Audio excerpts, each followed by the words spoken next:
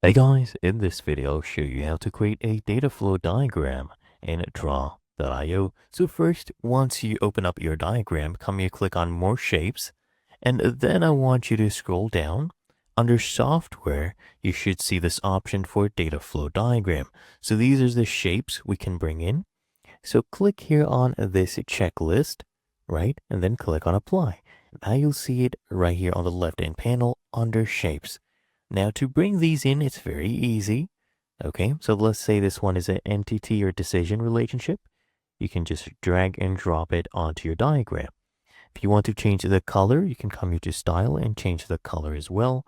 If you want to add, directional connectors, you can bring these in and you just place it on one of these connection points. So there we go. That is a connector. And you can bring in other shapes as well. So let's say an activity or process, right? Or entity can go ahead and drag and drop it right here, right? And if you want to go ahead and connect this to the shape, you just come here, click on it, and you drag it to the shape until you see this green highlight circle and you drop it right there. Now it's connected. So if I try to move this, the arrow also moves with it. Okay. And of course, you can change the color of these as well.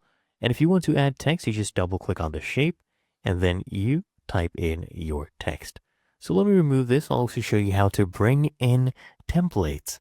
So you can click here on arrange, hover over insert, and then click on template. And if you click here on software, you should see examples of data flow templates. Just click on it and then click on insert. And there you go. So this is an example. And that is how to create data flow diagrams in Draw.io.